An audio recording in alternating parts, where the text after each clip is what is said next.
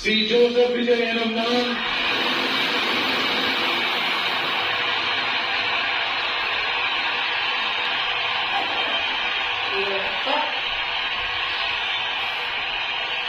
சட்டத்தில் அமைக்கப்பட்ட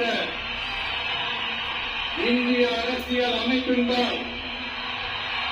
உண்மையான நம்பிக்கையும் மாறாப்பற்றும் கொண்டிருப்பேன் என்றும்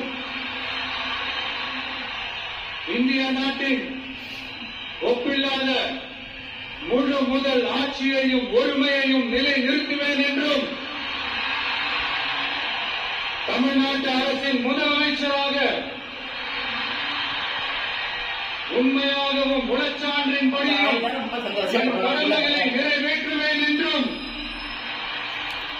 அரசியல் அமைப்பிற்கும் சட்டத்திற்கும் இணங்க அச்சமும் ஒருதலை சார்பும் இன்றி விருப்பு வெறுப்பை விலக்கி பலதரப்பட்ட மக்கள்